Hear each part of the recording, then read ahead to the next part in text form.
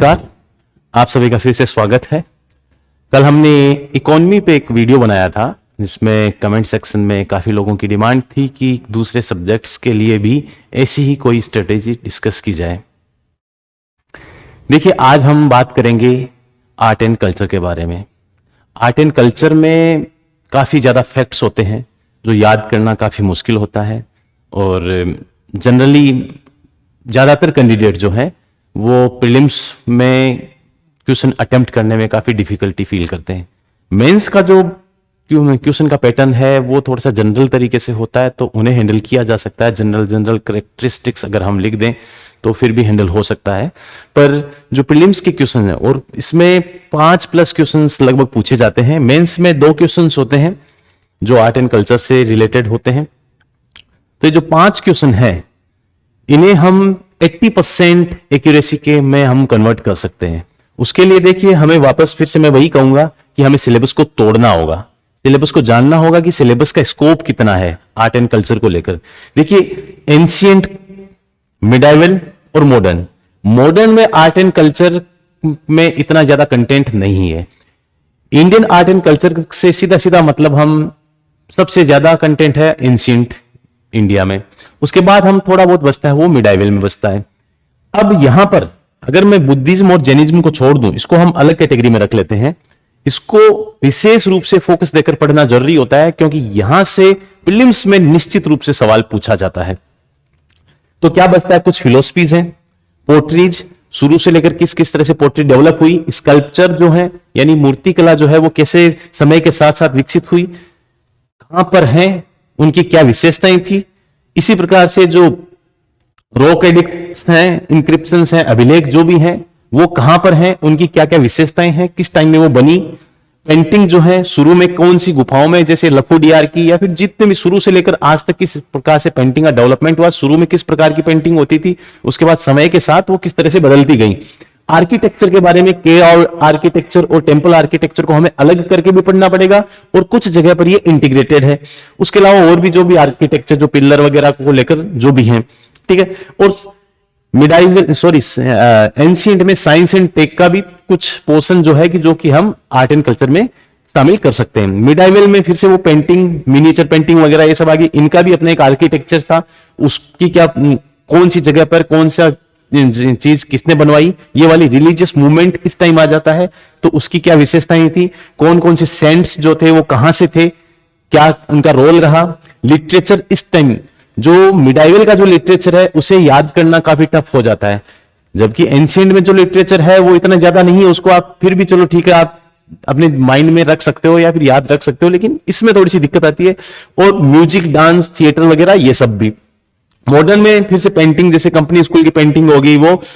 इसके अलावा आर्किटेक्चर जो है थोड़ा सा गोथिक स्टाइल जो है उसके बारे में, ये सिलेबस का स्कोप है, यानी कहां कहां तक सिलेबस जो है वो फैला हुआ है। एक दूसरा तरीका कि आप सिलेबस को किस तरह से अप्रोच कर सकते हो वो मैंने एक दूसरे तरीके से आपको बताने की कोशिश की है कि आप खुद से इमेजिन कीजिए कि आर्ट एंड कल्चर में कौन कौन सी चीजें शामिल की जा सकती हैं और किस एक्सटेंट तक की जा सकती हैं। जिस लिमिट तक आप कर सकते हो उतने टुकड़ों में उसे तोड़ लीजिए। मैंने अभी यहां पर इसको 16 टुकड़ों में तोड़ा है। फिलोसफी शुरू से जो 6 जो फिलोसफीज हैं, उसके अलावा जितनी भी फिलोसफीज हैं, बुद्धिस्ट फिलोसफी या फिर जैनिज्म की फिलोसफी, ये भी एक तरह से फिलोसफी है, लेकिन उनको हमें अलग से पढ़ना है क्योंकि वहां पर हमें विशेष फोकस करने की जरूरत है। फिलोसफी, आर्किटेक्चर को आप फिर से तोड़िए, केव को फिर से तोड़िए, इनको तोड़ते जाइए जहां तक टूटते हैं, जहां तक इनका क्लासिफिकेशन होता है, और उनके बारे में आप शॉर्ट नोट्स बना सकते हैं जहां भी आपको मटेरियल मिल रहा है। सबसे शानदार मटेरियल जो है वो आपको इंटरनेट पर मिलेगा आर्ट एंड कल्चर के बारे में। आप इस तरह से तोड़ेंगे, अगर आपने सर्च किया इंडियन फिलोसफीज, अब उसके बारे में जो जितनी जानकारी आपको आ रही है वो आप एक जगह कलेक्ट कर लीजिए। आपने इंडियन आर्किटेक्चर ये इंटरनेट पे सर्च किया, फिर इसके जितने टुकड़े आपने किए, पर्टिकुलरली उस सेक्शन को आपने सर्च किया, उसमें आपको जो भी इंफॉर्मेशन मिल रही है उसको आपने नोट डाउन करके अपने नोट्स बना लिए। वैसे ही मूर्तिकला या फिर कोइंस, इनके बारे में भी आप जितनी भी जानकारी आपको मिल रही है उसको आप इकट्ठा कर सकते हैं।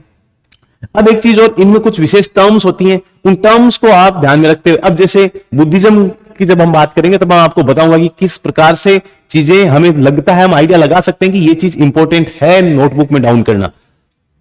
पेंटिंग किस प्रकार से डेवलप हुई, डांस कौन से, क्लासिकल डांस कौन से हैं, फोक डांस कौन कौन से हैं, जितने नाम आपको मिलते हैं, देखिए इनके बारे में ज्यादा 5 लाइन से ज्यादा की इंफॉर्मेशन हमें नहीं चाहिए। किसी पर्टिकुलर डांस के बारे में कैरेक्टरिस्टिक्स एक अलग चीज होती है। डांस, इंडियन डांस की कैरेक्टरिस्टिक्स क्या है, या फिर म्यूजिक में मान लो कि कर्नाटिक म्यूजिक की क्या कैरेक्टरिस्टिक्स हैं ना, तो इनके बारे में आप विशेषताओं के बारे में आप थोड़ा सा ज्यादा जान सकते हो, लेकिन पर्टिकुलर उस डांस के बारे में ज्यादा जानने की जरूरत नहीं है, क्योंकि एक अकेले डांस के बारे में अगर सवाल पूछा जाए तो वो पूछा जाएगा प्रीलिम्स में, मेंस में पूछा नहीं जाएगा। तो उस डांस के बारे में आपको इतनी ज्यादा बल्क में इंफॉर्मेशन लेने की कोई जरूरत नहीं है। फिर बाद में मैंने अगला इसको क्लासिफिकेशन किया, म्यूजिक, थिएटर, जितने भी थिएटर हैं, संस्कृत के थिएटर हैं, जो भी हैं, मार्शल आर्ट्स कौन कौन सी हैं, कहां कहां पर हैं, ठीक है, उन पर किस चीज का इंपैक्ट है, लिटरेचर जो है शुरू से लेकर लास्ट तक कौन किस किस टाइप का लिटरेचर इंडिया में डेवलप हुआ, फेयर और फेस्टिवल्स कौन कौन से हैं, पपेट्री कौन सी है। एक अलग से आपको सेक्शन बनाना है यूनेस्को का, यूनेस्को में टेंजिबल और इंटेंजिबल का आपको अलग से सेक्शन बनाना है। बुद्धिज्म को अब आप अलग से पढ़ेंगे, इसके बारे में आप शुरू से लेकर बुद्ध के बारे में जानने से लेकर जो भी इनके बारे में क्यों कह सकते हैं कि कौन कौन से इनके जो एट्रीब्यूट्स जो हम बोल सकते हैं जिनको, कि कहां पर संगीतियां हुई, कौन कौन से मेन डिस्पल थे इनके, उसके बाद में इसके मेन कौन कौन से सेक्ट थे उनके बारे में आप जान लें।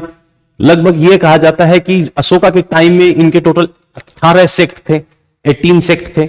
महायान और हीनयान के बारे में आप अलग से जान लें। इस प्रकार से उनको तोड़ते हुए, बुद्धिज्म को भी आपको तोड़ते हुए हर जानकारी को अलग से लेना है। वैसे ही आपको जैनिज्म के बारे में जानना है, वैसे ही आपको भक्ति मूवमेंट के बारे में जानना है।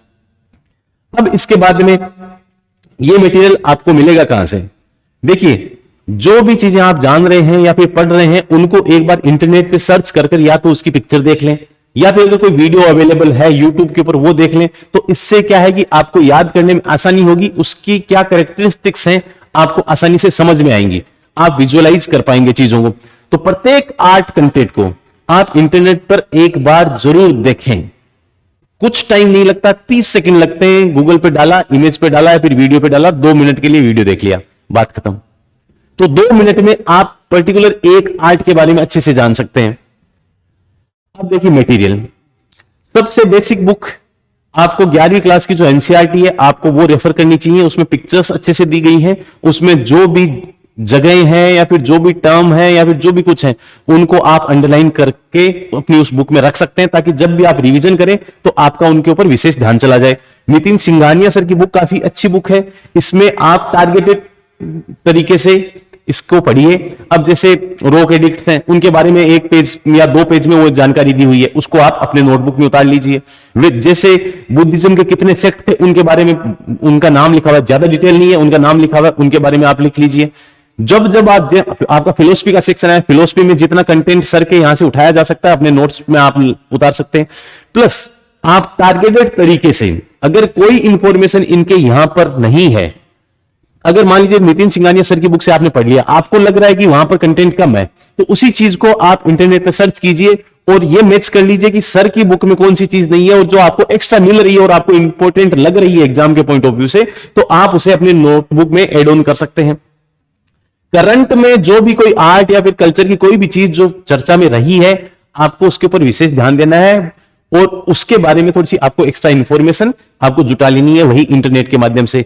ये 3 चीजों से आपके नोट्स बने हुए होने चाहिए और इन नोट्स के बाद में आपके पास यूं समझ लीजिए कि आर्ट एंड कल्चर का पूरा मटेरियल तैयार हो गया है। अब इसके बाद में मैं थोड़ी सी बात करूंगा बुद्धिज्म और जैनिज्म की। बुद्धिज्म और जैनिज्म में पहले जैसे मैं बुद्धिज्म की बात करूं तो बुद्धिज्म में क्या क्या कौन कौन सा कंटेंट है, पहले खुद बुद्ध के बारे में आप जानेंगे, ठीक है। उसके बाद में इनसे कौन कौन सी जगहें जो हैं, प्लेसेज कौन कौन से जुड़े हुए हैं उनके बारे में आप जानेंगे। फिर बाद में बुद्धिस्ट आइडियोलॉजी, बुद्धिस्ट फिलोसफी क्या है उसके बारे में आप जानेंगे, ठीक है। फिर उसके बाद में इनकी कॉन्फ्रेंसेज कहां हुई उनके बारे में आप जानेंगे। ठीक है। इनके मेन डिस्पल यानी शिष्य कौन कौन थे वो आप जानेंगे। इसके अलावा इसमें क्या क्या चीजें हैं देखिए। फिर उसके बाद में शिष्य के बाद में आप इसमें जानेंगे कि जो इनका आर्किटेक्चर है वो कैसा है, उनके बारे में आप जानेंगे, ठीक है। वैसे ही आप जैसे एक विशेष टर्म आती है, जैसे एक बार सवाल आया था पारमिता, ठीक है। इस प्रकार कुछ चीजें जो इसमें टर्म्स जो है आप उनको बिल्कुल नहीं छोड़ेंगे, आपको वो देखनी है। मेन जो महायान और हीनयान जो है इनको आप जब अच्छे से आप जब पढ़ेंगे तो इनमें आपको पता चलेगा इनमें लिटरेचर इनके लिए अलग है, ये अलग है। तो इस हिसाब से जितने भी आप चीजें हैं आप तोड़ तोड़ कर अगर पहुंचेंगे लास्ट तक तो ऐसे करते करते आप सारी चीजें बहुत अच्छे से समझ पाएंगे, कनेक्ट कर पाएंगे। तो वैसे ही आपको जैनिज्म को पढ़ना है, ठीक है।